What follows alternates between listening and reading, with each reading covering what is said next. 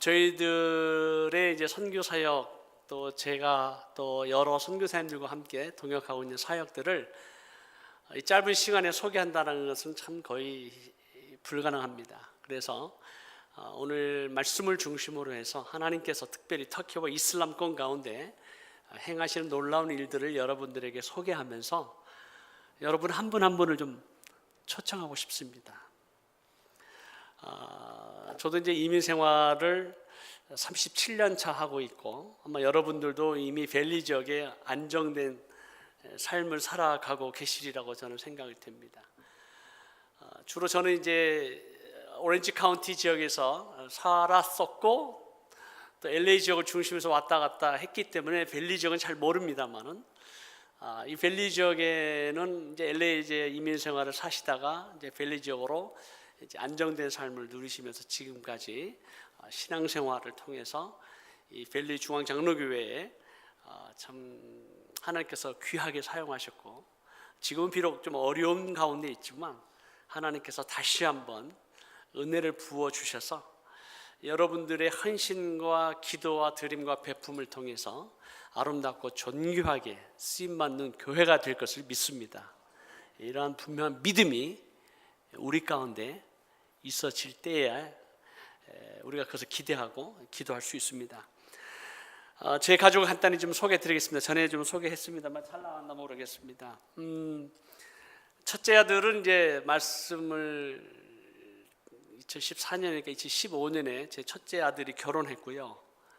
그래서 둘 다 첫째 아들과 제 며느리는 이제 의료 선교사로 헌신을 했습니다. 그래서 지금 이제 첫째 아들이 이번에 이제 메디컬 스쿨을 졸업을 하고 레지던트가 되고, 또 며느리도 이제 메디컬 스쿨에서 공부하면서 자신의 삶을 하나님 앞에 어떤 이 세상의 명예나 부를 추구하는 삶이 아니라 참 하나님의 나라를 위해서, 그리고 이 땅 가운데 힘들고 배고프고 병든 자들을 위해서 자신의 삶을 드리겠다라고 하는 것을 보면서 참 하나님 앞에 감사했습니다. 그리고 올해 1월 달에 제 둘째 아들이 결혼했습니다. 신부가 좀 한국 사람이 좀 아닙니다. 스카티시 아메리칸인데요. 제 둘째 아들도 지금 뉴욕에서 이제 3학년으로 메디컬 스쿨을 공부하면서 며느리가 지금 이제 간호원인데, 대학교 1학년 때부터 같이 데이트해가지고 7년 데이트하고 이제 결혼에 꼬리를 했습니다. 처음에는 제가 좀 충격을 받았죠. 대학 졸업할 때까지 저한테 얘기를 하지 않더라고요. 자기가 데이트하고 있는 걸프렌드가 누군지를. 그러다 졸업식 때 저한테 보여줘서 제가 큰 충격을 받았습니다. 왜냐하면 어렸을 때부터 너희는 꼭 한국 사람하고 결혼해야 된다. 그게 세뇌 교육을 시켰는데, 둘째 아들이 얼마나 괴로웠겠어요.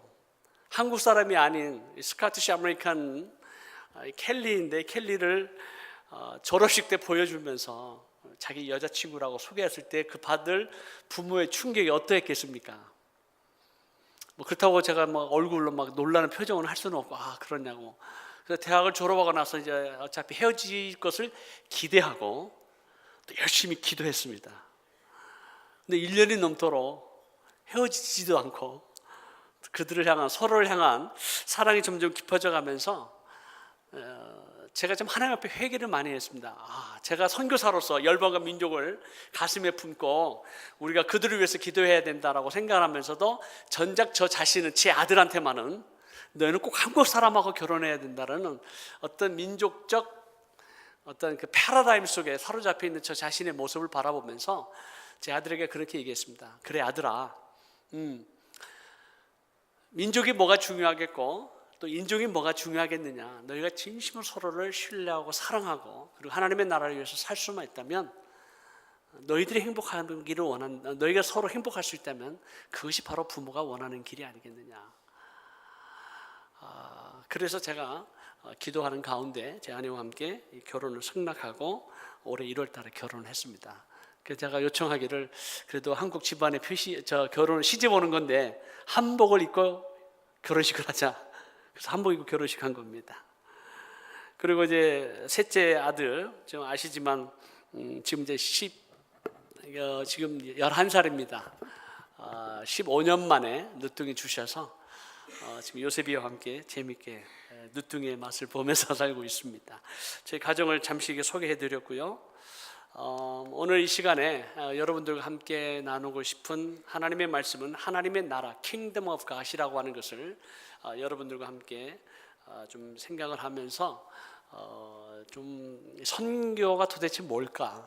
또 우리 벨리 중앙장로교회가 앞으로 이 지역을 향한 지역 복음화도 중요하겠고, 또 개인의 신앙의 삶을 하나님 앞에 드리며 헌신하는 지금까지 걸어온 생활도 너무 소중하지만, 공동체로서, 교회로서 어떤 영적인 돌파가 필요하고, 개인적인 어떤 신앙생활에서도 너무나 컴포트한, 너무나 편한 이민생활을 살아가면서, 비록 이민생활이 힘들죠, 어렵죠. 이민생활이 쉬운 사람이 누가 있겠습니까? 많은, 그러니까 생활이 어느 정도 안정이 되고 먹고 살만하니까 점점 우리 신앙생활의 어떤 도전이 사라지고, 또 하나님의 나라에 대한 소망이라든가 또 하나님의 영광이라고 하는 것에 대해서 점점 우리 신앙과는 멀어져가는, 죄송한 얘기지만 종교인의 삶을 살아가는 우리들의 모습을 볼 수 있습니다. 그렇기 때문에 이 하나님의 나라에 대해서 우리가 좀 생각을 하면서 우리가 왜 살아야 되는지, 어떻게 살아야 되는지, 무엇을 위해 살아야 되는지를 이미 알고 있지만 다시 한번 이 말씀을 통해서 우리가 자신의 삶을 돌아보고, 우리 벨리 중앙 장로교회가 앞으로 무엇을 바라보며 어떻게 참 하나님 앞에 우리의 삶을 헌신하며 나아가야 될 것인가를 한번 생각해 보려고 합니다. 하나님의 나라는 하나님 아버지의 관심이었습니다. 그리고 이 땅에 오신 예수 그리스도께서 선포하신 것도 하나님의 나라였습니다. 공생애를 시작하시면서 선포하신 우리 주님의 첫 번째 그 프로클레메이션, 선포는 회개하라, 하나님의 나라가 가까웠다라고 하는 것입니다.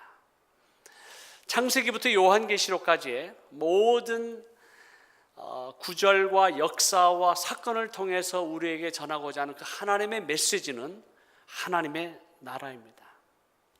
그 하나님의 나라가 어떻게 역사 가운데 하나님의 선택을 통해서, 한 사람을 통해서, 한 민족을 통해서 열방과 민족 가운데 어떻게 하나님의 나라가 임하고 확장되고 완성되어 갈 것인가에 대한 그 하나님의 계획이 바로 하나님의 말씀 가운데 다 적혀 있습니다.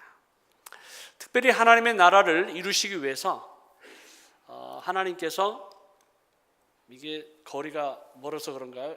나왔습니다. 우리가 잘 아다시피 하나님의 나라를 이루기 위해서 하나님의 선택이 나와 있는데,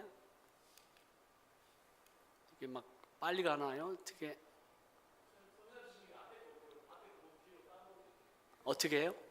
앞이가 다르고 뒤가 다르습니까?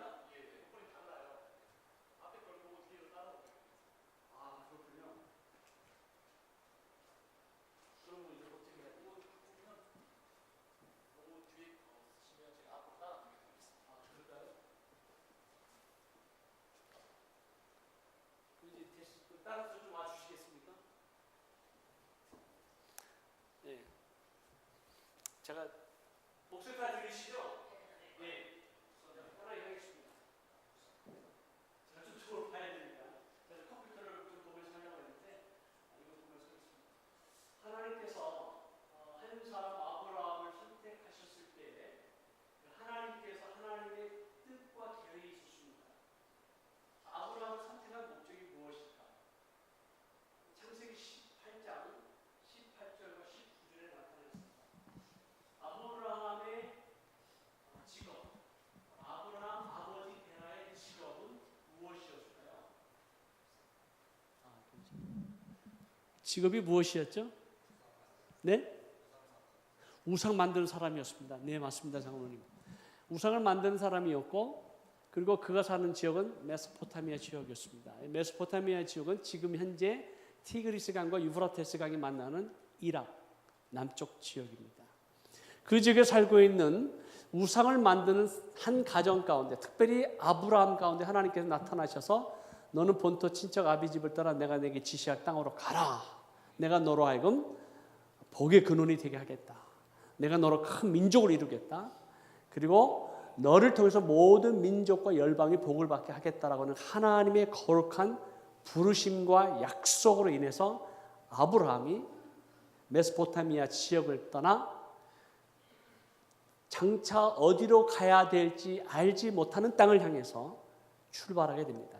티그리스 강을 따라서 하란, 오늘날 터키의 남부 지역에 있는 하란 지역에까지 왔을 때 그 땅을 넘어가지 못하고 그 경계를 넘어가지 못하고, 다시 하면 자신의 어떤 생존과 위험이 있을 다른 나라로 넘어가지 못하고 하란의 땅에서 주저하고 그 땅에서 살아가고 있을 때 아버지 데라가 죽습니다.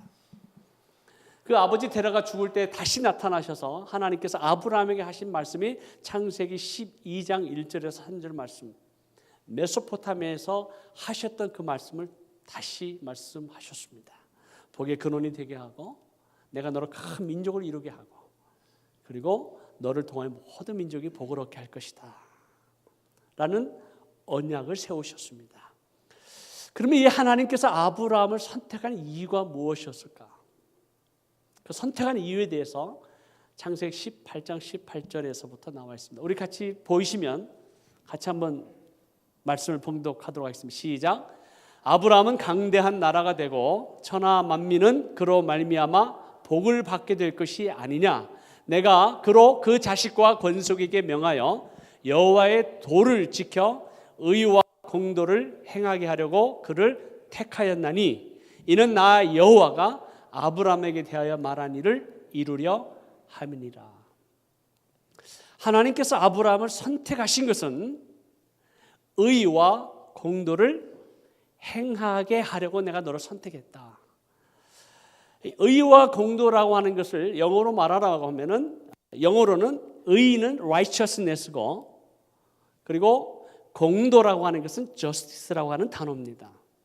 이거를 히브리 말로 원래의 성경은 제데카와 미시파트라고 하는 단어입니다. 그러면 하나님의 의를 이루기 위해서 그리고 그 공도를 행하게 하기 위해서 내가 너를 선택했다. 그 선택한 이유에 따라서 내가 그것을 잘 순종하고 내가 부른 그 뜻을 알고 그 말에 순종하면 내가 너로 복의 근원이 되게 하고 모든 열방과 민족이 너를 통해서 복을 얻게 될 것이다 라고 약속을 해 주셨습니다. 그렇다면 아브라함을 선택하시면서 의와 공도를 행하게 하려고 하신 하나님의 그 뜻, 의가 무엇이고 공도가 무엇인가에 대해서 조금 우리가 알 필요가 있습니다. 하나님의 의, righteousness, 의가 무엇입니까? 히브리 언어로 제데카라고 하는 것은 법적인 혹은 언약적 언어를 말하는데 그것을 좀 풀어서 얘기하면, 설명하면 하나님의 언약, 하나님의 약속에 기초한 하나님과의 올바른 관계, 질서가 세워지는 것이 의, righteousness입니다. 우리가 하나님을 의로우신 하나님이다라고 말할 때 그 의롭다라고 하는 말은 하나님께서 행하시는 모든 그분의 말과 행위는 질서가 있고 그것을 반드시 이루시는 신실하신 하나님이기 때문에 그것을 의롭다라고 표현합니다. 그래서 이 하나님의 의는 하나님과 그 대상과의 올바른 관계와 질서가 세워지는 것을 의라고 얘기하는데,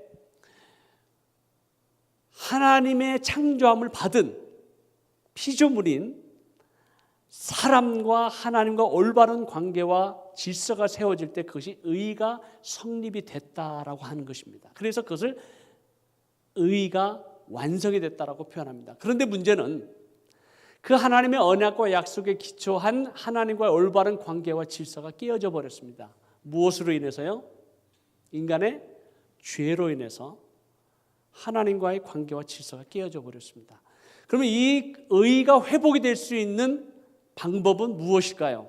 인간의 방법, 인간의 전략, 인간의 행위로 하나님의 의를 이룰 수 있을까요? 없을까요? 없습니다. 왜냐하면 우리는 죄인이기 때문에 그렇습니다. 죄의 삭은 사망이고 그리고 하나님의 영광에 이르지 못하기 때문에 그 하나님의 의를 이룰 수 없기 때문에 하나님께서 그 하나님의 의를 이루시기 위해서, 관계를 회복하시기 위해서, 질서를 회복하시기 위해서 독생자 예수 그리스도, 죄 없는 그분이 우리를 대신해서 십자가에 죽으심으로 말미암아 하나님의 의를 이루셨기 때문에 그 이루어 주신 하나님의 의를 믿음으로 받아들일 때 하나님의 의가 회복이 되는 것입니다. 세워지는 것입니다. 완성이 되는 것입니다. 그래서 이 의를 행하게 하기 위해서 하나님께서 아브라함을 선택해 주셨는데 그 의를 인간의 힘으로, 인간의 방법으로, 인간의 지혜로 행할 수가 없는 거예요. 그래서 이 의는 오직 믿음으로만 받아들여질 수 있는 것을 믿습니다. 그래서 오직 의는 믿음으로 말미암아 살리라는 것이 이해가 되어져요. 이거에 대해서 우리가 알겠는데 그 다음에 하나님께서 하신 말씀은 의와 공도라고 하는 이 공도를 행하게 하려고 하는 이 공도가 뭐냐라고 할 때 영어로 justice라고 하는 것인데 히브리 말로 미시파트라는 단어의 이 뜻은 관계적인 언어입니다. 다시 말하면 본래의 뜻은 마음을 같이 하다. 마음을 같이 하다. 미시파트라는 뜻이 뭐라고요? 마음을 같이 하는 겁니다. 우리 자매님과 제가 마음을 같이 하는 거, 이게 뭐냐면 justice예요. 공의예요. 그러면 우리가 생각할 때 하나님께서 아브라함을 선택하신 이유는 의를 행하기 위한 그 하나님의 의, righteousness는 인간의 힘으로 할 수 없기 때문에 하나님이 이루시는 것이지만 그 의가 이 땅 가운데 우리의 관계를 통해서 마음을 같이 하는 것이 공도, justice라고 하는 겁니다. 하나님의 의가 우리의 삶 가운데 온전히 나타났다라고 하는 것이 증명되는 것은 우리 가운데 한 마음, 한 뜻, 마음을 같이 하고 나눔과 베품의 삶을 살아가는 것, 그 justice, 공도를 행하게 하기 위해서 하나님께서 우리를 선택해 주셨다라고 합니다. 우리가 값없이 믿음으로 말미암아 하나님의 의를 우리의 삶 가운데 힘입어서 의롭다라고 칭하여 진 하나님의 은혜를 받은 자라면 그 의가 살아있고 생명력이 있는, 그래서 의가 우리의 삶 가운데 나타난 것이 어떻게 증명이 되느냐, 그 증명이 되는 유일한 방법은 justice라고 하는 겁니다. 공도의 삶을 행하게 하기 위해서 살아갈 때 하나님의 의가 온전히 드러나게 되는 것입니다. 이해가 되시나요? 공도가 뭐라고요? 마음을 같이 한다. 이 저스티스에 대해서 세상의 정의는 다릅니다. 1980년대 초에 제가 이제 대학생 시절에 저는 이제 80년대 미국에 왔습니다만은 그 당시 저희 또래의 친구들은 80년대부터 군사 정권에 대해서 길거리로 나가서 사회 정의를 부르짖었습니다. 악에 대해서, 불의한 정권에 대해서, 불의한 악에 대해서, 악의 어떤 사회적 구조에 대해서 부르짖고 그것을 개혁해야 된다라고, 바꿔야 된다라고 부르짖어 수많은 젊은이들, 심장이 뜨거운, 가슴이 불타오르는 그런 젊은이 바로 우리 시대에 살아가고 있습니다. 80년대 초에. 그래서 많은 젊은이들이 희생하면서 정의를 위해서, 사회 정의를 위해서 자신의 삶을 드리고 자신의 삶을 바치고 또 그렇게 해서 많은 사회적 계획을 위해서 많이 노력해왔습니다. 지난 40년 이상을. 아니면 그 이전에도 우리의 선배들이 사회 정의에 대한 문제를 가지고 끊임없이 고민하고 싸우고 달려왔습니다. 그래서 우리 조국 대한민국 가운데 이 사회 정의가 실현이 되었죠. 사회 정의가 완성되었나요? 아닙니다. 오늘날에도 끊임없이 사회적인 불의와 악이 존재하고 있는 것을 본다면 우리가 부르짖는 사회 정의라고 하는 것은 인간의 힘으로, 인간의 방법으로 결단코 이루어질 수가 없습니다. 왜냐하면 하나님과의 의, righteousness가 바로 세워지지 아니하면, 바른 관계와 질서가 세워지지 아니하면 공도, justice는 이루어질 수 없습니다. 하나님과의 관계가 바로 세워질 때, 하나님과의 관계가 회복이 될 때 우리는 이웃을 향한 justice, 사회 정의의 문제가 해결될 수 있습니다. 그 사회 정의는 마음을 같이 하는 거예요. 가난한 자와 억눌린 자와 이 세상에 고통당하는 자들을 향해서 우리의 마음을 나누는 것, 이것이 justice입니다. 예수 그리스도를 믿지 아니한, 그래서 오늘날의 교회가 사회 정의에 대해서는 등한시하고 하나님의 의를 이루는 믿음의 관계만 너무 강조하다 보니까 사회에 대한 책임을 무시해버리고 감당하지 못했을 때 오히려 우리는 세상으로부터 끊임없는 손가락질 당하고 비웃음을 당하고 욕을 얻어먹습니다. 왜요? 공도를 행하지 않았기 때문에 그렇습니다. 하나님의 의를 받은 것 같은데, 예수 그리스도를 믿고 구원을 받은 것 같은데, 하나님의 은혜를 힘입고 의인이 된 것 같은데 사회를 향해서, 이웃을 향해서 공도의 미시파트의 삶을 살지 않았기 때문에 우리의 삶에 하나님의 의가 드러나지 못하는 연약한 삶을, 어떤 면에서는 종교적인 삶을 살아왔는지도 모르겠습니다.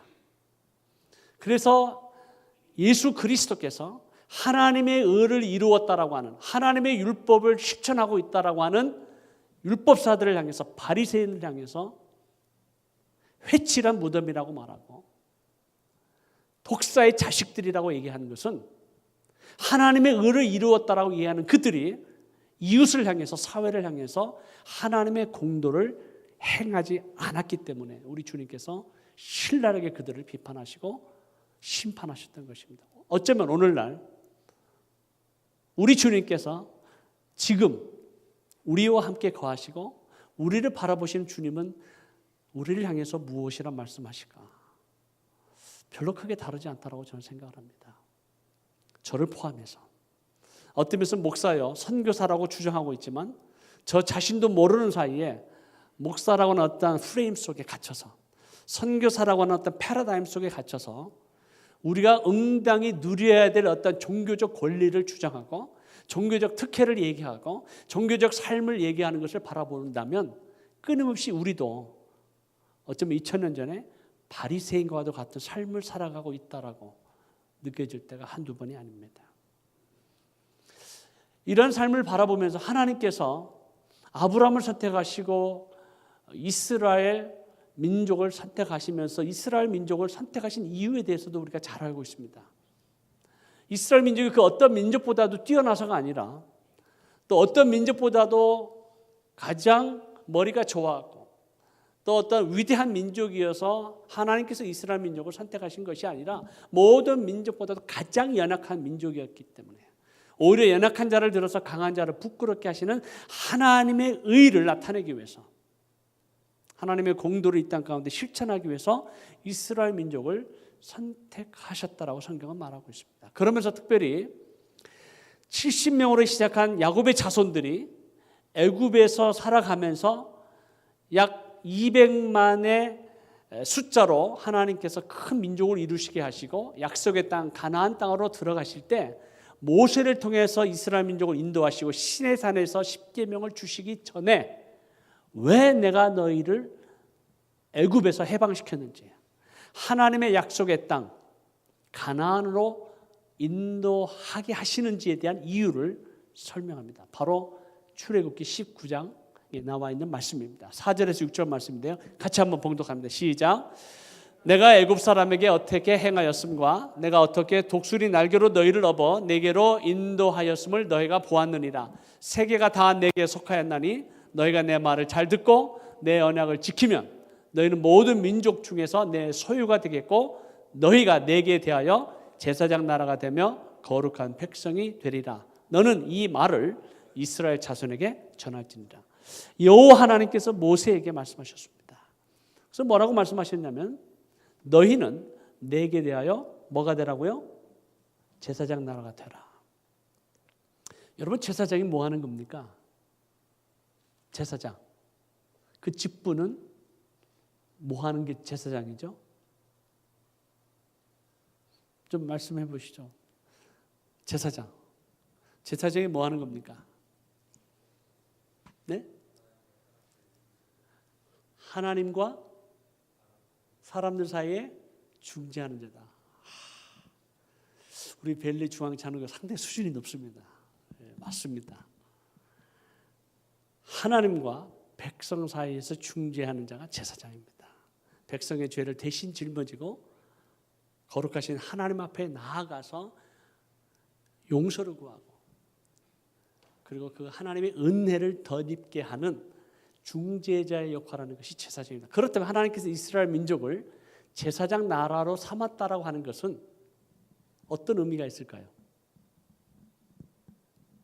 이스라엘 민족을 제사장 나라로 삼았다라고 하는 것은 여호와 하나님과 모든 열방과 민족 사이에 서서 제사장의 역할을 감당하라고 하나님께서 선택하셨다라고 하는 겁니다. 그렇다면 그 하나님 나라의 의와 진리와 영광과 그 하나님의 말씀들을 이방인들에게 열방과 민족들에게 어떻게 하라고요?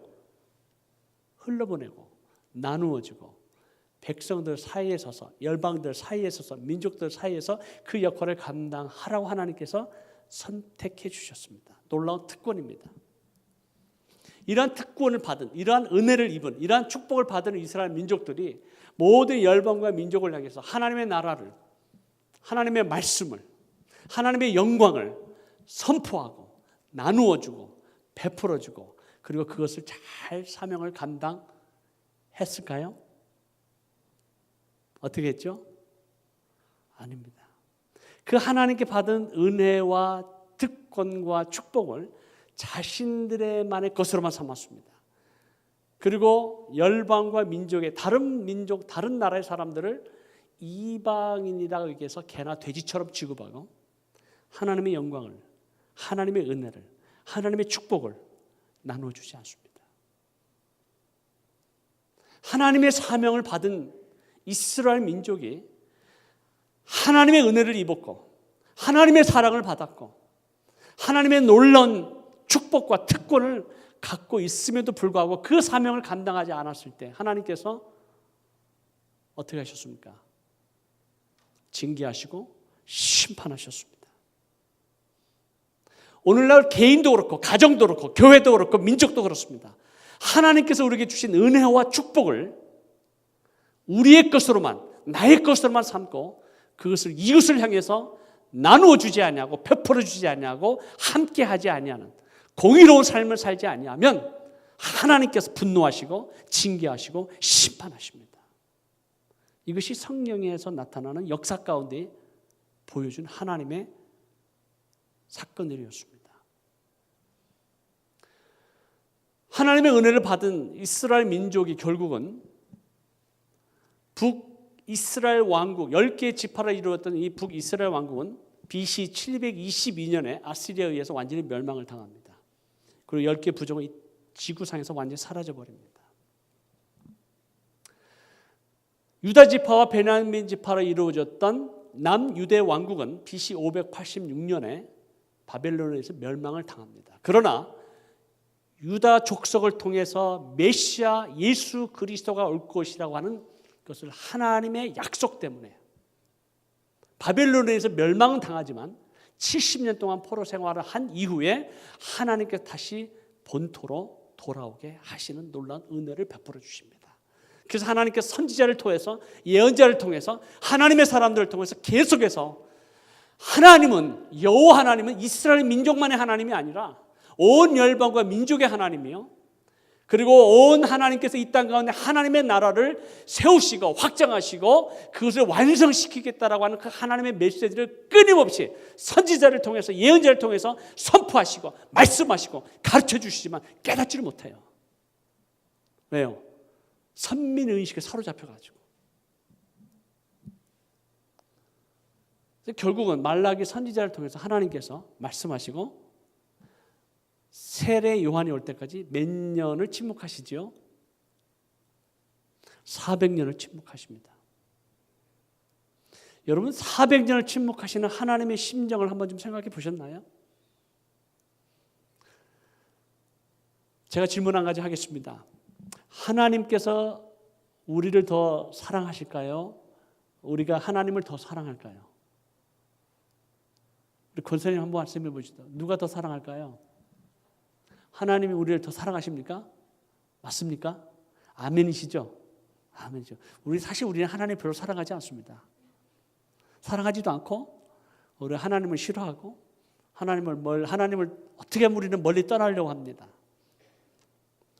그러면 하나님이 우리를 더 사랑하신다면 하나님이 사랑하는 그 백성들을 향해서 신랑 대신 우리 예수님이 신부를 더 사모하고 기다리고 신부의 화장이 되기까지 완성되기를 기다리시는 신랑의 심정을 생각한다면 우리 하나님께서 더 말씀하고 싶어 하실 것입니다.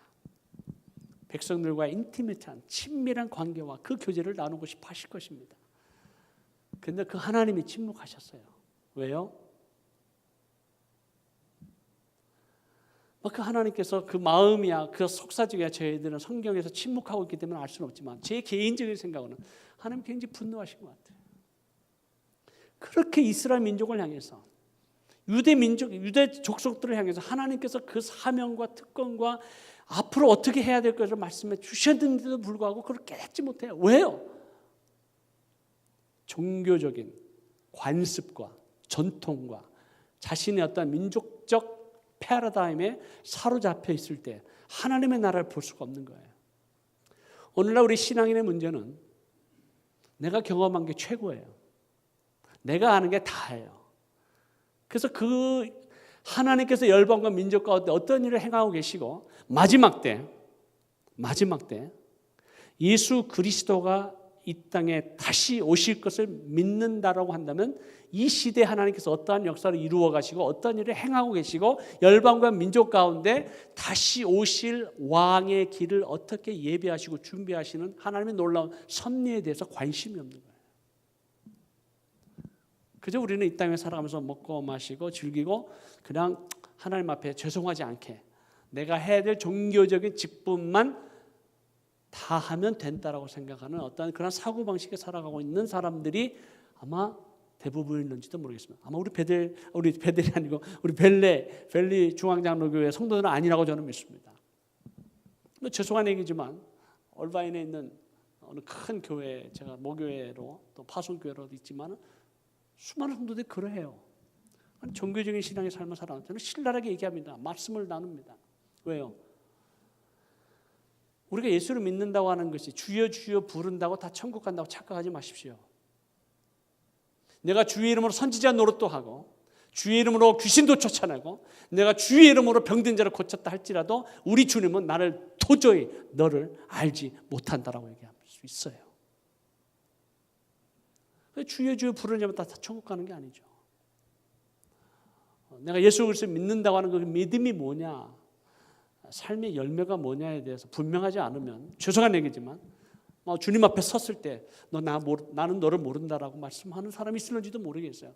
그러한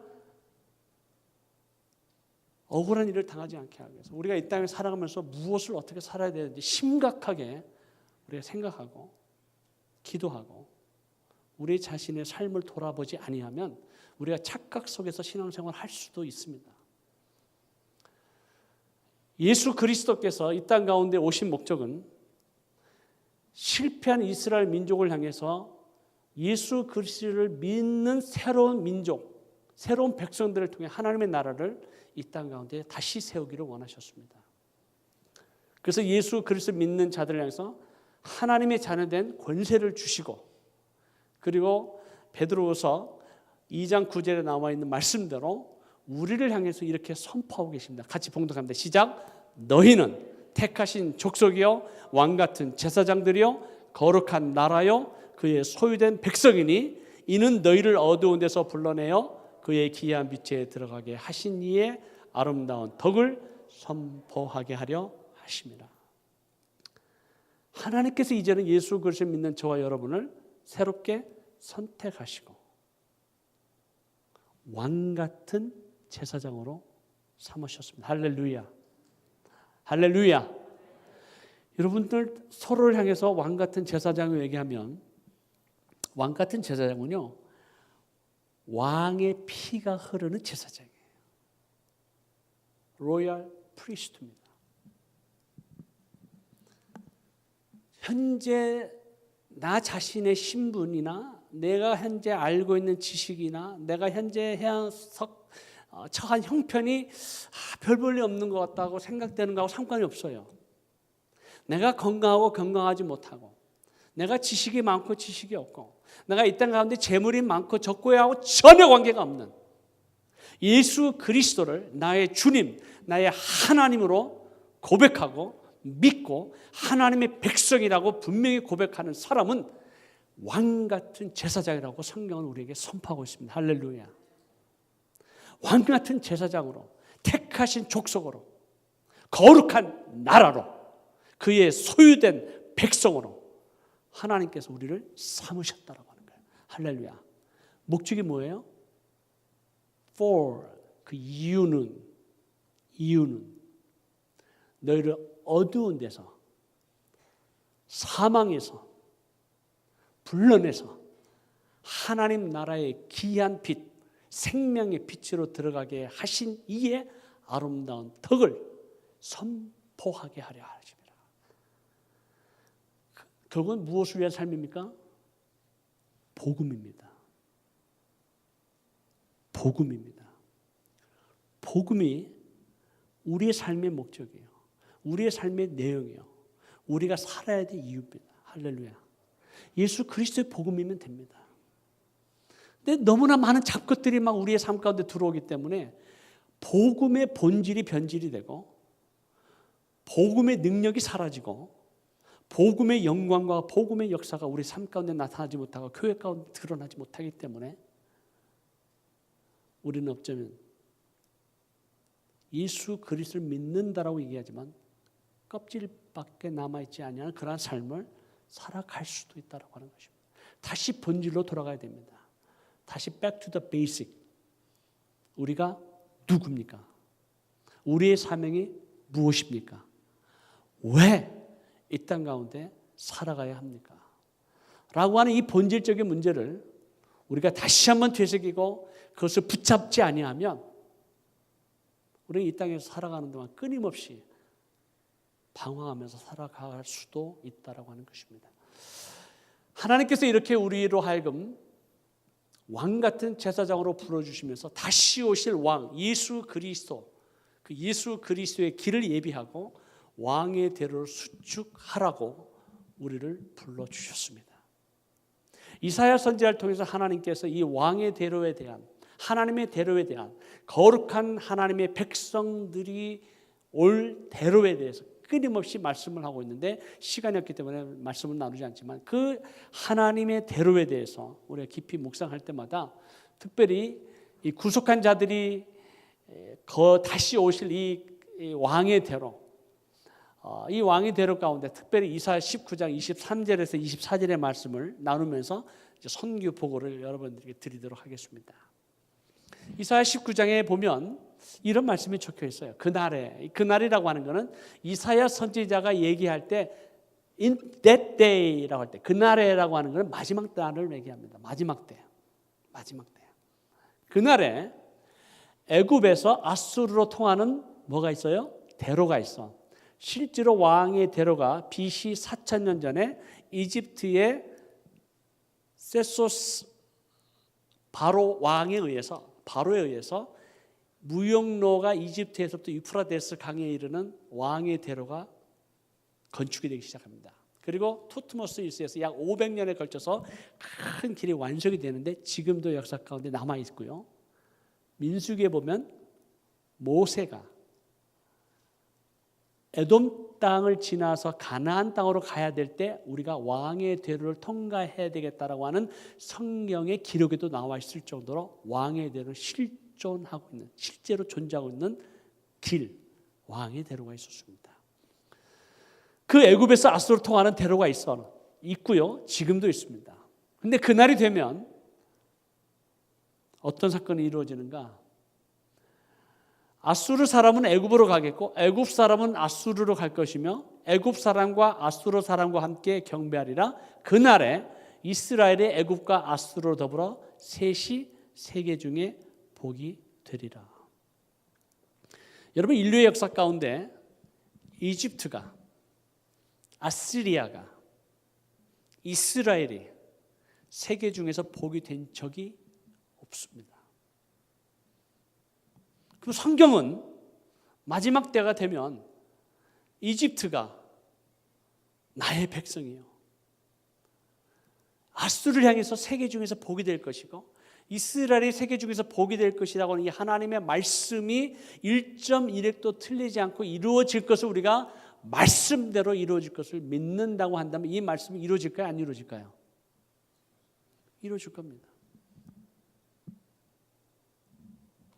이사야 선지자를 통해서 계속해서 선포하고 있는 하나님의 열방과 민족들에 대한 심판과 회복과 영광에 대한 것을 말씀하고 계시는, 특별히 이 19장에 있는 나와 있는 이 말씀이 우리로 하여금 계속해서 묵상을 하게 될 때마다 지금 중동 땅에서 일어난 사건들을 바라보면서 하나님의 약속이 성취되어 가고 있는 것을 우리는 목격하고 있습니다. 할렐루야. 여러분, 지금 우리가 말하고 있는 이집트나 아수르나 또 이스라엘이라고 하는 것은, 이집트는 우리가 알고 있지만 아수르라고 하는 것은 오늘날의 터키와 이락, 이란, 시리아 땅을 말합니다. 과거에 아수르 지역을 차지하고 있던 그 땅, 아수르 지역의 수도가 니느웨입니다. 그 니느웨가 지금 현재 IS와 이락과 전쟁을 벌이고 있는 모술 지역이 니느웨입니다. 바로 니느웨, 모술에서 약 30마일 떨어진 도혹이라고 하는 지역에 이번에 저희가 아우리치 사역을 다녀왔습니다. 이락에. 그 지역에 지금 약 60만의 에지디 사람들, 쿠르드 민족 가운데 특별한 어떤 민족들인데 60만 명이 지금 24개의 캠프 가운데 살아가고 있는 수많은 난민들을 저희가 섬기고 왔습니다. 그리고 터키에는 시리아의 전쟁으로 인해서, 내전으로 인해서 300만 명의 시리아 난민들이 지금 몰려와 있고, 이란에서, 아프가니스탄에서, 이락에서 약 400만 명의 난민들이 지금 터키 땅에 살아가고 있습니다. 요르단에 약 250만, 레바논에도 약 200만의 난민들이 흩어져 있고, 그리고 독일에 150만 명의 시리아 난민이 이미 들어가 있습니다. 그리스에도 난민들이 있습니다. 시리아 내전에서 약 1,000만 명의 난민들이 나왔어요. 해외로. 그리고 그 지역 안에도, 그 나라 가운데서 약 500~600만 명의 지금 그 고향을 떠난 난민들이 그 땅 가운데서 방황하고 있습니다. 그것을 바라보면서 이것이 과연 하나님의 약속의 성취와 무슨 관련이 있겠는가?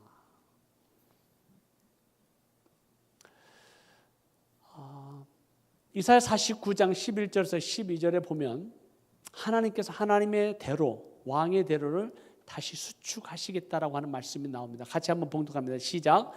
내가 나의 모든 산을 길로 삼고 나의 대로를 도두리니 혹자는 원방에서, 혹자는 북방과 서방에서, 혹자는 시님 땅에서 오리라. 하나님께서 마지막 날이 되면 하나님께서 하나님의 일을 행하시고 다시 오실 왕 예수 그리스도의 재림의 길을 준비하시고, 그리고 그의 대로를 돋우시는데, 곧게 하시는데, 원방에서 북방에서 서방에서 하나님의 백성들을 불러 모으시겠다라고 말씀하셨습니다. 그 약속이 반드시 이루어질 것을 믿습니다. 그리고 이루어지고 있습니다. 특별히 우리는 이 시님 땅이라고 하는 것을 주목하게 됩니다. 성경에 보면은 시님 땅이라고 나와 있는데, 그 당시 BC 700년 전에 이사야 선지자가 중국 땅을 향해서, 그 당시 중국 땅은 진나라였습니다. 그 진나라를 시님이라고 번역을 하고 성경의 히브리 말로 시님이라고 적습니다. Modern English Bible Translation, 영어 성경에 보면은 그냥 차이나로 나와버립니다. 하나님께서 특별히 북방과 원방과 서방에서 하나님의 백성들을 불러 모으시는데 특별히 중국을 지목하셨어요. 중국에서부터 하나님의 백성을 불러 오시겠다고 하는 겁니다. 여러분, 중국이 지금 경이할 만한 경제 성장을 지난 10년 동안 7%에서 12%의 경제 성장을 이루었다라고 하는 것은 세계적 역사 가운데 굉장히 드문 영광. 이렇게 중국이 갑자기 왜 세계에서 역사 가운데 등장하게 되고, 또 중국이 이 세계 역사 가운데서 왜 갑자기 어떠한 메시지를 가지고 이 역사 가운데 등장하게 됐는가? 하나님의 약속의 성취 때문에 그렇습니다. 왜냐고요? 1949년에 공산화가 된 이후에 그 당시 기독교 인구는 100만도 되지 않았습니다. 모든 선교사들은 다 쫓겨나고 기독교 지도자는 감옥에 가거나 강제 노동으로 끌려가거나 추방을 당했습니다. 그러나 50년의 세월이 지난 이후에 지금 현재 중국에 있는 기독교인의 숫자가 얼마라고요? 혹시 아십니까? 얼마일까요? 아니, 중국의 인구가 몇 명이나 됩니까? 전 세계적으로 15억이 넘는다고 얘기합니다. 어마어마하죠. 인구의 전 세계 인구의 4분의 1이 중국 사람들입니다. 대단합니다. 그 15억 가운데 예수 그리스도를 믿는 성도들의 숫자가 얼마나 될까요? 정확한 통계는 우리 알 수 없지만 중국 정부가 낸 통계에 의하면 1억이 넘습니다. 가정교회까지 합치면 1억 5천만이 넘습니다. 10%입니다. 여러분, 한국의 성도의 숫자가 얼마나 될까요? 예수 그리스도를 믿는 기독교인의 숫자가 몇만으로 알고 계세요? 권사님. 우리 남한 인구가 몇만입니까? 아세요? 5천만. 예수 그리스도 믿는 성도들의 숫자가 얼마일까요? 네?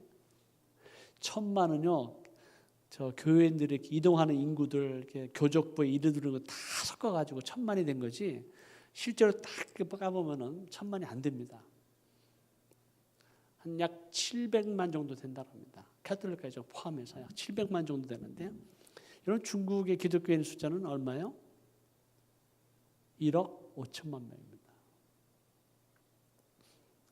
여러분, 선교를 하기 위해서는 하나님께서 들어쓰시는 민족이 있고 나라가 있습니다. 하나님께서 한 민족을 선택하실 때는 선교적 사명을 감당하기 위해서 그 땅 가운데 불을 주세요. 앵글로 섹선족이 그랬습니다. 게르만 민족이 그랬고요. 미국이 그랬고 영국이 그랬어요. 하나님께서 80년도에 한 민족을 선택하셔서 세계 선교에 우리 한국 사람들을 세계 선교사로 내보내기 시작할 때, 열방과 민족 가운데 선교사를 내보내기 시작할 때 80년대 전과 80년대 후에 선교사의 숫자가 급격하게 증가하기 시작합니다. 80년대 전에는 선교사의 숫자가 한국 선교사는 100명도 되지 않았습니다. 그러나 80년대 이후에 지금 파송한 선교사의 숫자가 27,000명입니다. 그러면 27,000명을 보내기 위해서는 한국 가운데 뭐가 하나님께서 허락해 주실까요? 불을 허락해 주셔야만 됩니다. 왜? 선교사를 파송하기 위해서는 재력이 있어야 됩니다. 한국 사람이 똑똑해서 잘나서 하나님께서 이 땅을 축복하신 게 아닙니다. 세계적 선교를 감당하라고 하나님께서 부어주시는 은혜요 축복인 줄로 믿습니다. 그것을 알고 겸손해야 되는데, 마치 우리가 똑똑해서 우리가 잘나서 우리가 열심히 노력해서 잘된 것이라고 착각할 경우, 교만할 경우는 하나님께서 축복의 촛대로 옮기시면 그걸 끝나는 거예요. 근데 그럴 조짐이 보이고 있는 거예요, 지금. 한국 교회들 가운데, 이민 교회들 가운데. 저는 2주 전에 약 28개국에서 오신 약 120명의 기도와 선교의 지도자들이 모인 컨설테이션에 참석했습니다. 독일에서 있었습니다. 놀라운 것은 인도에서, 인도네시아에서, 미얀마에서, 중남미에서, 나이지리아 아프리카에서, 또 남아공화국에서, 그리고 제가 3주 전에 방문했던 이집트에서 어마어마한 성령의 역사와 부흥이 일어나고 있는 소식을 저는 직접 들었습니다. 하나님께서 한국 민족에게, 한국 교회에게 주신 이 축복을 감당하지 아니하고, 사명을 감당하지 아니하면, 흘러보내지 않으면 그래서 썩어버리게 되고, 그 축복의 촛대가 옮겨지는 순간 우리는 버림받게 됩니다. 그럼 개인도 마찬가지예요. 가정도 마찬가지예요. 교회도 마찬가지예요. 민족도 마찬가지예요. 그것이 너무 안타까운 거예요. 하나님께 전 세계 가운데 행하시는 모든 열방과 민족 가운데 행하시는 일들을 우리가 볼 수 있어야 합니다. 북방과 서방과 중국 땅에서 하나님께 행하신 놀라운 일들을 우리는 볼 수 있어야 됩니다. 마지막 때가 가까웠기 때문에 근신하고 정신을 차리고 깨어서 기도하지 아니하면 우리는 언젠가 밖에 버리워서 슬피우며 일을 갈 때가 올는지도 모르겠습니다.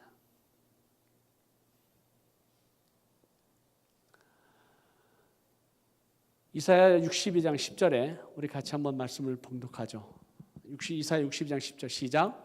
성문으로 나아가라 나아가라 백성의 길을 예비하라 대로를 수축하라 돌을 제하라 만민을 위하여 길을 들라. 여러분 깃발을 듣는다고 하는 것은 어떤 의미가 있을까요? 여러분께 깃발을 듣는다. 무슨 의미가요? 심심하면 깃발 드나요? 왜 깃발을 들죠? 만민을 위하여 깃발을 들으라고 선포하신 주님의 뜻은 목적은 무엇일까요? 여러분 옛날에 부족이 국가가 전쟁할 때 그 전쟁을 선포하고 나아갈 때 깃발을 들게 됩니다. 그리고 그 깃발을 들고 나갈 때 가장 중요한 깃발이 있습니다. 그 깃발은 누구의 깃발일까요? 왕의 깃발입니다. 그래서 그 전쟁을 할 때, 전투할 때 누구든지 왕의 깃발을 보고 그 깃발을 뺐으면 전쟁은 끝납니다. 그렇기 때문에 왕의 깃발을 빼앗기지 않으려고 가장 뛰어나고 가장 싸움을 잘하고 가장 용맹한 장군과 군사들을 왕 주위로 포진하게 됩니다. 왜? 빼앗기면 사기가 떨어지고 전쟁이 지는 거예요. 왕의 깃발입니다. 우리 주님께서 이사야서를 통해서 말씀하실 때 성문으로 나아가라 백성의 길을 예비하라 대로를 수축하라 계속해서 2번 반복하시면서 말씀하시는 것은 그리고 만민을 위해서 올 그 길을 예비하기 위해서 전쟁을 선포하라라고 하는 거예요. 이미 우리는 영적 전쟁 가운데 있습니다. 사단은 이 땅 가운데 수많은 악한 영들을 통해서 역사하고 있는 그 사단의 목적은 뭡니까? 영혼들을 도적질하고 죽이고 멸망시키는 겁니다. 그러나 예수 그리스도 이 땅에 오신 것은 양으로 생명을 얻게 하고 풍성하게 하시려고 오셨습니다. 그렇기 때문에 사단은 할 수만 있으면 우는 사자처럼 삼킬 자를 찾았고 그리고 그것을 삼키기 위해서 수많은 영적 공격과 도전 속에서 우리로 하여금 영적인 침체 속에 하나님의 영광의 역사가 나타나지 못하도록 교회의 분열을 통해서 마음의 갈라짐을 통해서 하나님의 역사를 이루지 못하도록 가정과 교회를 민족을 공격하고 있습니다. 이런 영적 전쟁 속에 살아가고 있는데 왕의 깃발을 들고 나가야 되는데 싸워야 되는데 계속 얻어 터지는 거예요. 그리고 왜 우리가 신앙생활을 해야 되는지 교회가 무엇을 위해 해야 되는지 분명한 삶의 어떤 목적과 방향을 잃어버리고 방황하는 수많은 성도들이 있습니다. 저희가 섬기고 있는 SWM은 터키와 이슬람권에 사역하고 있는 현지 교회 목회자들과 선교사님들과 함께 동역하면서 지난 10년 동안 기도 사역을 해왔습니다. 하나님께서 기도 사역을 통해서 우리에게 하신 말씀은 그것이었습니다. 너희는 잠잠히 있어 내가 여호와됨을 알지어다. 여호와 하나님께서 예루살렘을 세워 온 세상에서 찬송받게 하시기까지 여호와로 하여금 쉬지 못하시게 하라. 여호와로 쉬지 못하시게 하는 것 기도입니다. 아니 기도가 중요하지 않은 거 누가 왜 모르겠어요. 제가 선교지에 있으면서 우리 수많은 성도들에게 교회들에게 늘 호소하는 게 뭐냐면 우리를 위해서 기도해 주세요라고 막 얘기합니다. 잘 알죠. 별로 기도해 주지 않을 걸 알죠. 솔직히 교회가 얼마나 선교사님들 위해서 얼마나 기도하겠습니까? 여러분이 파송한 선교사님들 위해서 얼마나 기도하겠습니까? 여러분이 후원하고 있는 선교사를 위해서 얼마나 기도합니까? 솔직히 말해서 기도하지 않잖아요. 근데도 선교사들은 막 기도해달라고 얘기합니다. 근데 문제는 뭐냐면 선교사도 기도 안 해요. 왜? 사역이 바쁘니까. 너무 바쁜 거예요. 막 사역이 막 일을 하잖아요. 뭔가 일을 해야 돼요. 왜? 일을 안 하면 불안하거든요. 뭔가 열매를 따와야 되거든요. 왜? 보고할 거리가 있어야 되니까. 보고할 거리가 없으면 후원도 끊어지고 재정도 끊어지고 기도도 끊어지고 관계도 끊어질 수 있어요. 막 선교사들은 막 엄청난 프레셔 속에서, 우리 목회자만 프레셔도만 있는 게 아니라 선교사 프레셔가 있죠. 그래서 막 뭔가 인간적인 계획, 인간적인 방법을 통해서 뭔가 열매를 얻어보려고 막 합니다. 이리 뛰고 저리 뛰고 사역을 열심히 해보려고 합니다. 근데 열매가 없어요. 특별히 이슬람권에서. 그때 하나님께서 저희들에게 말씀하신 것은 기도에 대해서 말씀하셨습니다. 인간의 방법과 전략도 필요하겠지만 하나님께서 일하시도록 우리가 기도하면 하나님이 역사하시는 것을 우리는 지난 10년 동안 느꼈고 체험하고 목격했습니다. 그래서 우리가 한 사역은 10년 동안 기도 사역이었습니다. 그 기도 사역을 통해서 하나님께서 이제는 올해부터 앞으로 주님 오실 때까지 하나님께서 행하신 일들을 우리로 하여금 보게 하시면서 이제는 추수할 때라고 말씀하셨습니다. 여러분, 이슬람권이 추수할 때라고 얘기한 적이 지난 1400년 동안 7세기에 이슬람이 시작된 이후에, 아니 100년 전에도, 아니 20년 전에도 이슬람권에서 사역하면 단 한 사람의 영혼 얻기도 힘들었습니다. 그런데 지금은 추수 때예요. 그 사역의 현장을 여러분들에게 우리 잠시 보여드리도록 하겠습니다. 3분짜리를 제가 계속해서 보여드리도록 하겠습니다. 예, 좀 보여주실까요?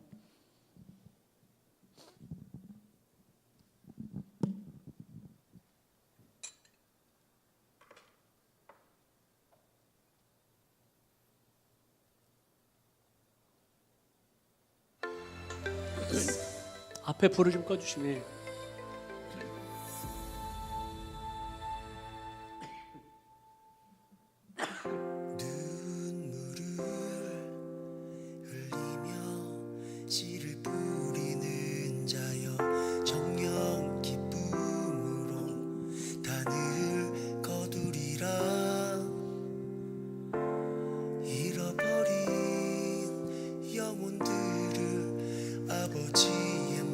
선교 현장으로 초청하기 위해서 저희가 처음에 시도한 것은 말씀하세요. 예, 성지 순례였습니다. 성지 순례라도 오시면 좀 터키를 위해서 기도해 주시지 않을까 하고,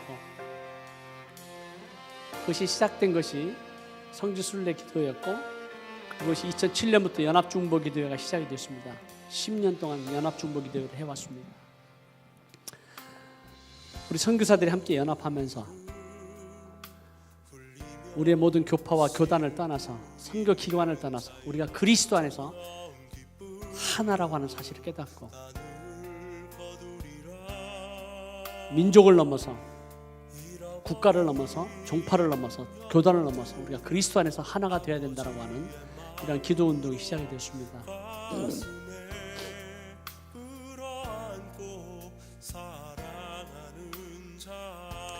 그리고 미국의 8개 지역에서 터키와 이슬람권을 위한 중보기도 모임이 또 각 교회마다 시작되었고, 그리고 이 터키의 영적 돌파를 위해서, 이슬람권의 영적 브레이크스루를 위해서 지금 약 한 5천 명의 중보 기도자들이 기도하고 있습니다.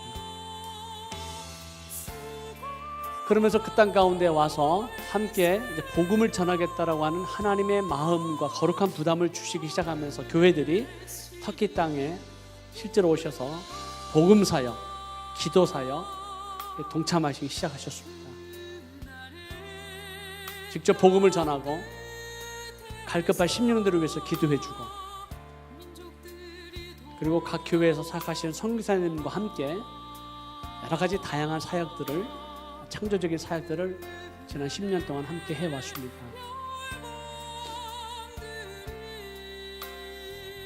특별히 아우리치 사역을 통해서 참 하나님께서 열린 마음으로 복음을 기다리는 수많은 영혼들을 만나게 하셨습니다. 그들을 찾아가서 복음을 전하고 이미 교회가 있는 지역에서 예수 그리스도 믿는 사람들에게 세례를 주고 교회가 성장하는 놀라운 역사들을 저희가 지난 10년 동안 보아왔습니다.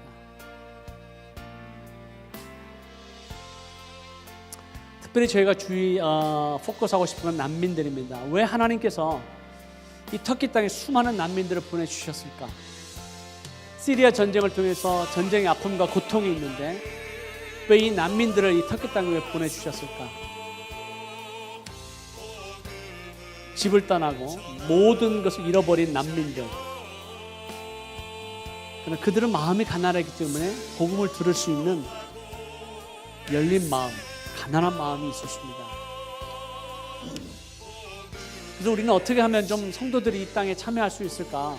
훈련되지 않으면 안 되기 때문에 킹덤 스쿨을 통해서 주로 교회들 가운데 중직자들을 중심으로 킹덤 스쿨을 통해서 훈련을 시켰습니다. 하나님의 나라가 무엇인지, 선교가 무엇인지, 중보기도가 무엇인지, 영적 전쟁이 무엇인지, 이슬람이 무엇인지를 정말 저희들이 교회를 다니면서 계속해서 훈련을 시키고, 그리고 그 훈련을 받으신 분들이 터키 땅에 오시도록 우리가 강권했습니다. 그래서 오셔서 삶이 변화되시는 거예요. 도전을 받으시는 거예요. 어른들만이 아니라 우리 성도들만이 아니라 젊은이들도 우리가 초청합니다. 젊은이들도 와서 그 땅 가운데 참 이 한류라는 걸 통해서 얼마나 이 한국에 대한 문화 또 K-팝 드라마가 알려졌기 때문에 참 한국을 사랑합니다. 터키 사람들이. 젊은이들을 통해서 이 젊은이들끼리 통하는 그 케미스트리가 있어요. 그래서 이 젊은이들을 통해서 복음이 전해지고 하나님의 역사가 나타나는 것을 우리 지난 10년 동안 보아왔습니다. 이것이 저희들이 이제 실코엠 미션에 선교회였는데요. 특별히 2010년 아우리치 사역에 대한 초청 영상을 한번 같이 보도록 하겠습니다. 이번 2017년에는 저희가 8개 팀으로 오셔서 각 교회에서 교회별로 참석하셔가지고 터키의 7개 팀, 그리고 한 팀은 이락, 쿠르디스탄에 가서 아까 말씀드린 지금 30마일 전에는 계속해서 막 전쟁이 일어나고 있고 막 전투가 일어나고 있는데 그 30마일 이후는 얼마나 평온한지 몰라요. 마치 막 그 폭풍의 핵이 굉장히 조용한 것처럼 그 땅에서 특별히 나와 있는 난민들 사역을 했는데요. 아우리치 사역을 한번 같이 보도록 하겠습니다. 그 사역에 대한 초청 도전입니다.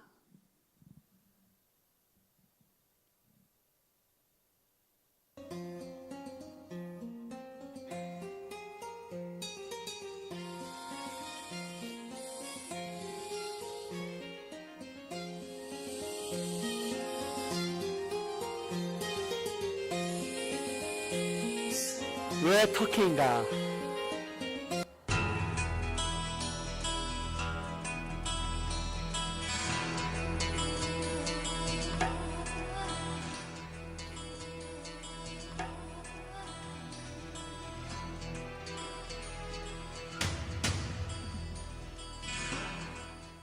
사실 터키 아나톨리아 땅은 초대교회 성도들의 눈물과 땀과 순교의 피가 흘려진 땅입니다. 이 터키에 아버지의 마음이 있습니다. 그리고 이 땅을 점령했던 수많은 제국들, 히타이트, 페르시아, 로마, 비잔틴, 셀쭉, 오스만 제국에 걸치면서 많은 제국들, 많은 민족들, 많은 나라들이 와서 이 땅을 점령하고 주인이 되려고 했던 이 수많은 민족들의 피가 흘린 땅, 이 땅을 우리 하나님께서 회복하시기를 원하십니다. 왜 이 땅을 회복하기를 원하십니까? 왜냐하면 이 땅에 시리아 안디옥을 중심으로 해서 초대교회의 이 세계 선교를 향한 놀라운 이 선교의 역사가 일어났던 이 땅, 그리고 로마 제국을 변화시켰던 이 초대교회 성도들의 그 열정과 헌신이 있었던 이 땅을 하나님은 결코 포기하지 아니하실 것입니다. 이 땅은 하나님의 땅입니다. 이 땅의 주권을 우리 여호와 하나님께서 갖고 계시고, 이 회복을 통해서 마지막 다시 오실 메시아 예수 그리스도의 왕의 대로를 수축하고자 하는 하나님의 열심이 역사 가운데 있었습니다. 그러나 예수 그리스도의 오심을 방해하고 사단은 할 수만 있으면 한 영혼이라도 도적질하고 죽이고 멸망시키려고 합니다. 특별히 사단은 이슬람이라고 하는 종교를 통해서 수많은 영혼들을 훔치고 죽이고 멸망시키고 있습니다. 그렇기 때문에 사단은 이 땅을 포기하지 않습니다. 그래서 이 터키가 과거에 500년의 오스만 제국을 통해서 전 세계의 이슬람화를 이루었던 것처럼 사단은 결코 이 민족을 포기하지 않으려고 합니다. 어쩌면 우리가 알고 있는 이 무슬림들, 하나님 아버지의 참된 사랑을 경험하지 못한 이스마엘 자손들의 이 마음 가운데는 참된 하나님 아버지의 사랑을 경험하지 못하고 있습니다. 그들은 거짓의 영에 의해서, 두려움의 영에 의해서, 폭력의 영에 의해서 그 죄와 사망의 권세를 사로잡고 있는 사망의 강력한 지배 아래 있음을 우리는 보고 있습니다. 이들이 자유함을 얻어야 됩니다. 예수 그리스도의 복음으로 자유함을 얻어야 되는데, 그리고 좋은 소식을 들어야 되는데 사단은 그것을 막고 있는 겁니다. The challenge is, what can we do to support the church in the Middle East? This is the time.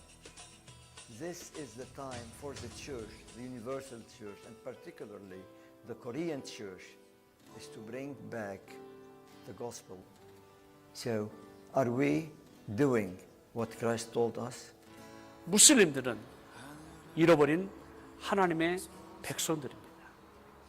우리는 그들을 사랑해야만 합니다. 예수 그리스도의 섬김, 예수 그리스도께서 우리를 위해서 십자가 못 박혀 죽으신 것처럼 우리도 이들을 위해서 섬김으로, 베품으로, 드림으로 우리가 아버지의 사랑을 흘러보낼 수만 있다면, 이 잃어버린 무슬림들, 특별히 이 투르크 민족들이 예수 그리스도를 통해서 하나님 아버지께로 돌아오는 그 날이 속히 오게 될 줄로 믿습니다. 바로 그날은 만왕의 왕으로, 만물의 주님으로 오실 그날이라고 저희는 믿습니다.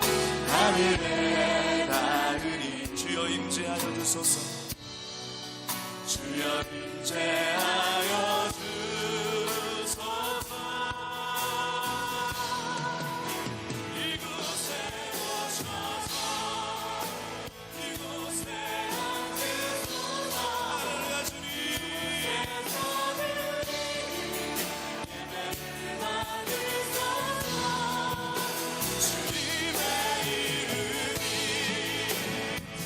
참 터키는 아름다운 땅입니다. 정말 여러분들을 초청하고 싶고요. 내 일생 가운데 요한계시로 적혀있는 그 7개 교회를 순회하면서 그 땅에 잃어버린 영혼, 그 땅이 회복되도록, 황폐한 그 땅이 예수 그리스도의 복음으로 회복될 수 있도록 기도한다라고 하는 것, 굉장한 놀라운 은혜와 축복이 우리 가운데 있음을 저는 압니다. 그리고 우리가 그 땅 가운데 몰려와 있는 이 수많은 난민들을 향한 섬김의 기회가 너무나도 많이 있습니다. 이제 난민들은 마음이 활짝 열려 있습니다. 누군가 와서 복음의 씨앗을 뿌려주기를 원하고 있습니다. 근데 일꾼이 없는 거예요. 그래서 특별히 저희가 난민 사역을 지난 3년 동안 하면서 이제는 그저 빵만 나누어주는 어떠한 긍휼의 사역이 아니라 이제는 성경책을 나누어주고, 그리고 그들에게 복음을 전하는 구체적인 사역을 통해서 오히려 시리안 난민들이, 아랍권에 있는 사람들이, 이라크의 사람들이, 이란의 사람들이, 아프가니스탄 사람들이 주께로 돌아오는 놀라운 역사의 현장을 우리는 보고 있습니다. 아프가니스탄의 사람들이 어떻게 예수 그리스도를 믿을 수 있겠습니까? 30년 동안 계속 전쟁 중입니다. 아프가니스탄에서. 이란은 지금 완전히 이슬람 국가입니다. 그들 가운데 예수 그리스도를 어떻게 믿을 수 있겠습니까? 이라크에서 전쟁입니다. 시리아도 전쟁 중입니다. 그러나 수많은 영혼들이 다 흩어지면서 가난한 심령이 될 때 터키 땅에 몰려오면서 그들이 복음을 들을 수 있는 놀라운 기회를 하나님께서 허락해 주시는 거예요. 우리가 난민에 대한 영상을 한번 보고 마지막으로 제가 정리하고 마치겠습니다. 많은 시간이 흘러갔습니다만은 여러분들 너무 중요하기 때문에 이 사역을 좀 보면 좋겠습니다.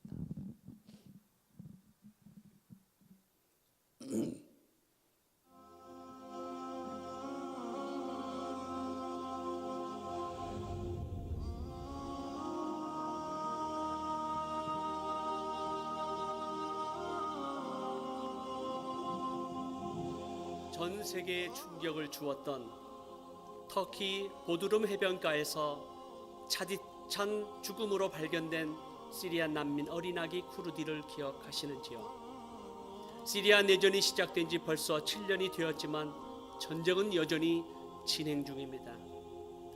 수많은 전쟁 난민들이 부모와 자녀, 친구를 잃고 집을 떠나 방황하고 있습니다. 이라크, 이란, 아프가니스탄 등 북아프리카 지역에서 전쟁과 테러, 핍박과 파괴로 인해 터키에 몰려온 무슬림 난민들은 이미 400만을 넘어서고 있습니다.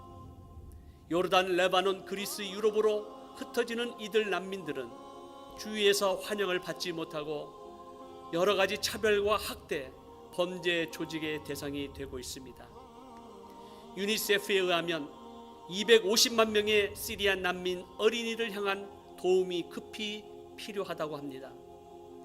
간절한 도움이 필요한 이들에게 누가 따뜻한 관심과 사랑의 손길을 내밀고 있는가요? 지금 그들을 향한 도움이 가장 필요할 때입니다. 그들을 향한 드림, 나눔, 베품을 통해 하나님의 사랑, 예수 그리스도의 은혜를 증거할 때입니다. 바이블 앤 브레드 캠페인은 터키, 시리아, 이란, 이라크, 아프가니스탄, 북아프리카에서 몰려온 무슬림 난민들에게 하나님의 사랑과 그리스도의 복음을 증거하는 사역입니다. 하나님의 말씀, 신구약으로 된 이 하나님의 말씀은 영혼의 양식입니다. 그들에게는 빵도 필요하지만 이제 영적으로 목말라 하고 예수 그리스도의 복음을 들을 놀라운 기회를 우리에게 주셨습니다. 이 하나님의 말씀이 그들에게 증거되어지고 전달되어진다면 하나님의 말씀은 살았고 운동력이 있어 그들의 영혼을 깨우고 목말라는 그들의 마음 가운데 생수의 강이 넘쳐날 것입니다. 사랑하는 기도 동역자님, 그들에게 빵이 필요합니다. 그러나 생명의 말씀은 더욱더 필요합니다. 그 땅에서 복음을 증거하는 현지 교회들과 사역자들 통해서 하나님의 말씀을 나누어 주는 이 생명의 사역에 동참해 주십시오. B&B Bible and Bread 캠페인은 생명을 살리는 사역입니다. 누가 이 세상의 재물을 가지고 형제의 궁핍함을 보고도 도와줄 마음을 닫으면 하나님의 사랑이 어찌 그 속에 거하겠느냐. 자녀들아, 우리가 말과 혀로만 사랑하지 말고 행함과 진실함으로 하자. 사랑하는 기도 동역자님, B&B 캠페인에 동참해 주십시오. 주님 약속하셨네. 저희가 이러한 B&B 캠페인을 통해서 참 몇몇 성도들이 또 기도 동역자들이 또 교회들이 동참하면서 빵만이 아닌 성경책을 나누어지는 귀한 사역들을 우리 선교사님들과 함께 현지 교회와 함께 지금도 계속해서 그 사명을 감당하고 있습니다. 특별히 이러한 사역을 통해서 이제 마지막으로 정리하면서 지난 3주 전에 저는 아프간 난민들이 모이는 수양회에 참석을 했습니다. 말씀을 전하고 21명의 아프간 난민들과 9명의 어린 자녀들이 참여한 수양회였습니다. 그 수양회는 아주 참 보잘것없는 어떠한 그 집에서 하게 됐는데요. 사진이 나오리라고 기대하는데 참 보잘것없었습니다. 예수 그리스도 믿은 지가 최소 일주일에서 가장 예수 그리스도 믿는 분이 한 6개월밖에 되지 않은 분들이에요. 최근에 다 예수 그리스도 믿으신 분들입니다. 이 아프간 난민들이 생애 처음으로 수양회라고 하는 것을 참여했었습니다. 그 수양회에서 제가 놀라운 하나님의 은혜를 체험한 것은 그들 가운데 아프가니스탄 사람 4명과 이란 사람 3명이 7명이 이제 세례를 받았습니다. 세례를 받았고 저희들이 세족식을 통해서 선교사님들이 또 정말 그들을 한 분 한 분을 발을 시키면서 예수 그리스도 섬김이 무엇인지 또 그들도 그렇게 해서 남들을 섬기도록 그렇게 도전하고 그들을 위해서 우리가 축복 기도하면서 놀라운 하나님의 은혜를 또 성령의 역사를 체험하게 되었습니다. 그래서 아프간 사람들에게 맨 마지막 날 당신들의 기도 제목이 무엇입니까? 라고 물어봤을 때 이분들이 기도 제목을 나누면서 우리에게 지금 빵이 필요합니다. 우리 먹을 것이 필요합니다. 입을 것이 필요합니다. 살 것이 필요합니다. 법적인 어떠한 좀 살 수 있는 근거, 그것이 필요합니다. 우리가 좋은 이제 제3국으로 나아갈 수 있는 난민의 지위를 받아야 됩니다. 지금 우리의 자녀들이 교육을 받지 못하고 있습니다. 자녀를 봐올 수 있어야 됩니다. 직업을 구하는데 이 직업을 구할 수 있도록 해주십시오. 이런 기도 제목이 나올 줄 알았습니다. 이런 기도 제목 하나도 나오지 않았습니다. 한 일주일밖에 예수 그리스도 믿지 않은 사람들이, 아니 최고 예수 그리스도 믿어야 6개월밖에 되지 않은 분들이 내놓은 기도 제목은 저를 충격에 빠지겠습니다. 그들이 내놓은 기도 제목은 아프가니스탄 가운데 전쟁이 멈추고 그 땅 가운데 세계에서 가장 큰 교회가 세워지게 해주십시오. 저는 그 얘기 듣고 충격을 받아서요. 아니 이 사람들 정말 보잘것없고 세상에서 가장 가난한 나라 중에 한 나라입니다. 아니 어떤 그런 나라가 그런 기도 제목을 나눌 수 있을까? 믿음이었습니다. 두 번째 기도 제목이 뭔지 아십니까? 우리 아프리카에 사는 사람들 가운데 50% 이상 예수 그리스도 믿게 해주십시오. 그리고 아프가니스탄은 이렇게 전쟁으로 폐허가 됐지만 너무너무나도 아름다운 땅입니다. 그 땅 가운데 세계에서 가장 아름다운 호수가 아프가니스탄 땅에 있는데 그 호수에서 세례받는 역사가 있게 해주십시오. 저는 그 기도 제목을 통해서 충격을 받았어요.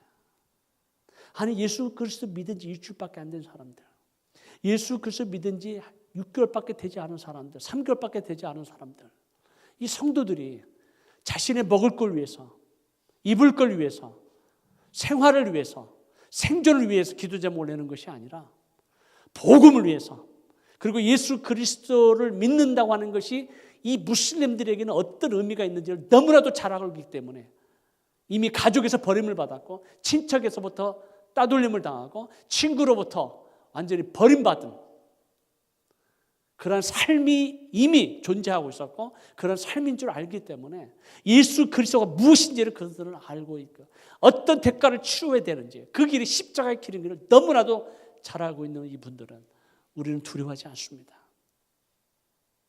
이 아프가니스탄 땅을 축복해 주십시오.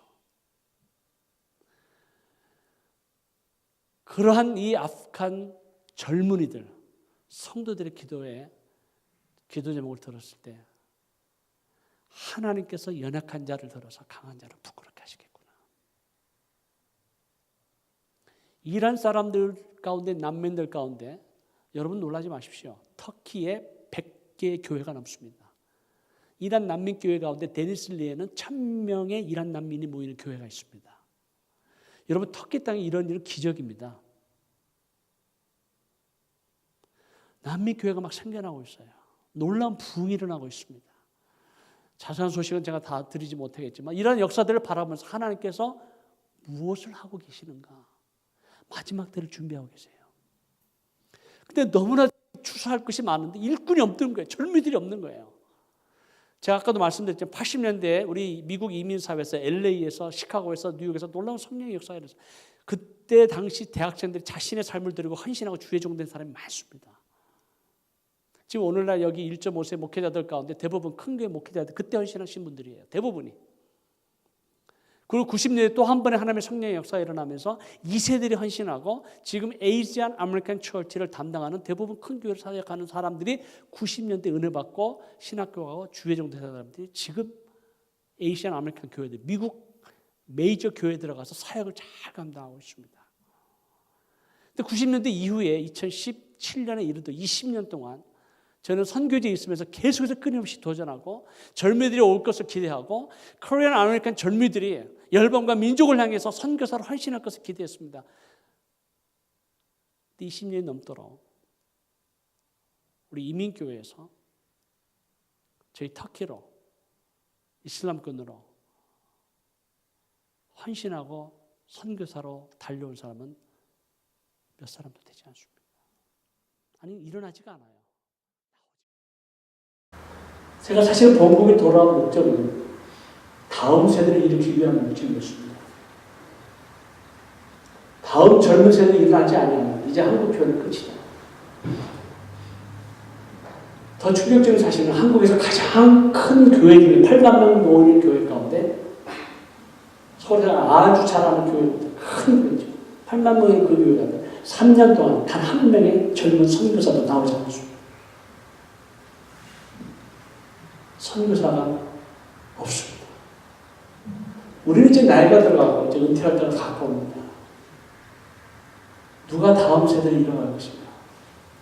다음 세대에 누가 이 열방과 민족 가운데 복음을 전하고 교회를 개척할 것인가? 너무너무 마음이 안타까워요. 다음 세대를 살아야 되는데, 다음 젊은이들이 일어나야 되는데, 열방과 민족을 향해서 나아가야 우리 한국 교회로 살 텐데, 우리 이민교회로 살 텐데, 그렇게 되실 것을 우리가 믿고 계속해서 강구해야 될 줄 믿습니다. 그런 절망 가운데 있을 때 저는 이집트 교회를 갔습니다. 저는 이집트 교회 가서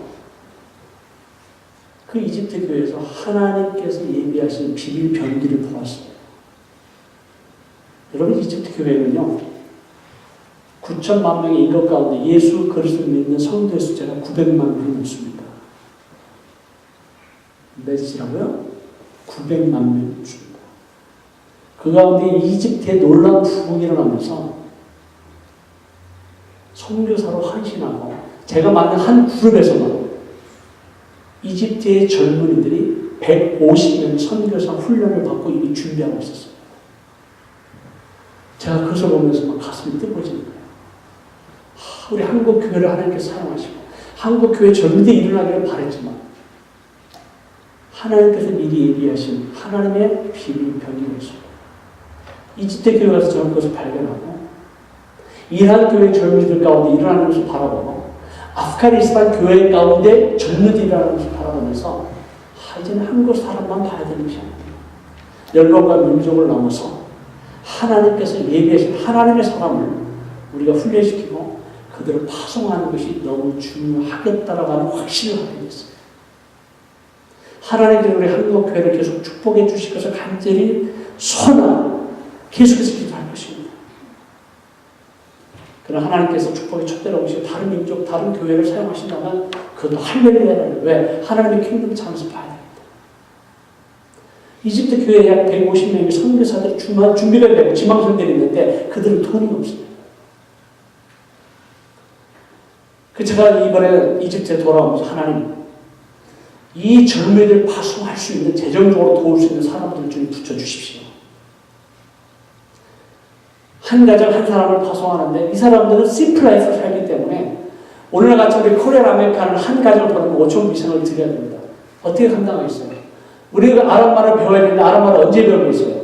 저는 아무리 터키시만을 잘해도 아랍말을 할 수가 없어요. 아랍말하는 난민들에게 접근할 수가 없어요. 복음을 전할 수가 없어요. 왜? 아랍말을 할 수가 없어요. 저는. 근데 이집트 사람들은 아랍말 하잖아요. 아랍말을 할 수 있는 젊은이들이 준비된 그들을 파송할 수가 있어요. 하나님, 이들을 후원할 수 있는 교회를 붙여주십시오. 이제는 교회가 교회를 개척하는 처치 플랜트 무브먼트가 일어나야 됩니다. 한 교회가 한 선교사를 파송하기 위해서 500불만 지원하면 돼요. 이제는 한 선교사를 100불씩 지원하는 거 필요합니다. 저는 우리 벨리 중앙 장로회가 하나님의 은혜 가운데 축복 가운데 놀랍게 부흥될 것을 예수 그리스도의 이름으로 축복합니다. 부흥해서 뭐 할 겁니다. 교회가 더 살찌고 교회가 우리 잘 먹고 잘 살라고 하는 건 아니잖아요. 우리 박목사님 분명히 비전이 있었어요. 선택하고 집중해서 교회가 교회를 개척할 수 있는 이런 선교적 열정과 사명을 감당하는 교회만이 하나님께서 계속해서 축복해 주실 것을 믿습니다. 그렇다면 한 교회가 한 선교사를 파송하기 위해서 500불이라면 한 가정에 50불씩만 하시면 돼요. 10가정이면 할 수 있어요. 하나님 이런 사람도 붙여주시고 크리스천 비즈니스맨들 좀 붙여주셔서 이제는 막 출소할 때 이 출소할 기회를 놓쳐버리면 하나님 앞에 섰을 때 장차 우리가 주님 앞에 무엇라고 얘기하는 거예요? 출소할 공식을 이미 다 우리에게 보내주신 거예요. 문 밖에다가 다 보내주셨어요. 출소하라고. 근데 일꾼이 없는 거예요. 사람이 없어요. 사람이 없어요. 그러므로 출소하는 주님에게 정하여 출소할 일꾼들을 보내어 주소서 간청하라고 주님 기도하십니다. 추수할 군단 보내달라고 기도해 주십시오. 저는 그런 어떤 부담을 안고 독일에 있는 아까 말씀드린 헤르노트에 제가 참석을 했습니다. 28개국의 120의 지도자들이 모여서 함께 기도했던 모라비아 성도들의 기도와 선교의 공동체로서 전 세계 놀라운 임팩을 끼쳤던 그 땅에 진젠돌프가 있던 무덤, 모라비안 성도들이 있었던 그 무덤을 발견하면서 하나님께서 이 모라비안들을 통해서 어떠한 역사를 이루셨는가 간단히 여러분에게 말씀하고 말씀 마치도록 하겠습니다. 여러분, 그 당시 1700년대에 전 유럽에서 개신교 교회 성도들이 엄청난 핍박과 고난을 받는 시대였습니다. 특별히 카톨릭에서 죽임을 당했습니다. 이단이라고 찍힘을 당하고 화형을 당하고 처형을 당하고 감옥에 들어가는 그런 시대였습니다. 그때 당시에 진젠돌프라고 하는 백작이 자기가 소유하고 있었던 그 땅, 헤르노트입니다. 프라하에서 약 한 2시간 정도 떨어진 독일에 있는 땅인데 그 땅을 오픈해서 전 유럽에서 어려움 당하고 고통 당하고 박해를 받던 기독교 개신교 난민들을 받아들이기 시작합니다. 그 난민들이 몰려오기 시작하는 거예요. 보호해 준다니까. 먹을 걸 준다니까. 그 난민들이 몰려왔는데 그 난민들 가운데 민족이 다르고 언어가 다르고 종파가 다르고 교단이 다른 거예요. 침례교도 있고 루트라교도 있고 그런 사람들이 다 모여오는데 문제는 신학적인 이슈로 분열이 생기기 시작합니다. 세례를 어떻게 줄 거냐, 성찬을 어떻게 할 거냐, 프리데스티네이션, 예정소를 우리가 믿느냐 안 믿느냐 이거 가지고 서로 싸우기 시작하는 거예요. 분열이 있기 시작하는 거예요. 여러분, 사단은 예수 그리스도를 믿는 성도와 교회 가운데 분열의 씨앗을 뿌리기 시작하면 그 교회는 완전히 다 망가집니다. 그래서 그 교회가 분열이 되기 시작하고 공동체가 막 와해가 되기 시작했어요. 그때 진젠도프가 1727년에 한 분 한 분을 만나러 돌아다니면서 이렇게 호소합니다. 우리가 다른 걸 얘기하지 말자. 우리의 생각이 다르고 우리의 가치관이 다르고 우리의 하는 신앙의 스타일이 다르지만 다른 걸 얘기하지 말고 그리스도 안에서 우리가 하나 된 것을 공통적인 것을 일치된 것을 추구하고 그 공통적인 것을 우리가 함께 얘기하고 그리고 우리가 그리스도 안에서 하나 된 것을 힘써 지키자고 진센돌프가 호소할 때마다 그 호소에 그 도전에 그 부르짖음에 응답하기 시작합니다. 그래서 모든 모라비안 공동체가 거기다 사인을 합니다. 우리가 다시는 분열하지 않겠다. 그때가 1727년 7월이었습니다. 그리고 기도의 모임을 했는데 8월 13일에 한 달 이후에 이렇게 기도하고 있었어요. 기도하고 있었는데 연합된 마음을 하나님께서 헌신하고 하나님 앞에 약속하고 그것을 드리기 시작합니다. 하나님의 성령이 물부듯이 부어주기 시작하셨어요. 성령의 은혜와 충만함을 받은 그 모라비아 성도들이 24명이 헌신합니다. 뭐로 헌신했냐고요? 하루에 1시간 기도하겠다. 그래서 형제 12명, 자매 12명, 24명이 1시간씩 맡아서 우리가 7일 동안 기도하겠다. 여러분, 이 기도가 몇 년 동안 계속되신지 아십니까? 120년을 지속합니다. 120년 동안 24시간 7일 24칠 24명의 분들이 1시간씩 헌신하겠다고 기도하면서 다른 분들도 헌신하기 시작하셨어요. 동참하기 시작하셨어요. 놀라운 것은 어린아이들도 동참하기 시작했다는 거예요. 그러면서 그 공동체가 바로 기도의 공동체가 되기 시작하고 그 공동체는 바로 선교 공동체로 변화되기 시작합니다.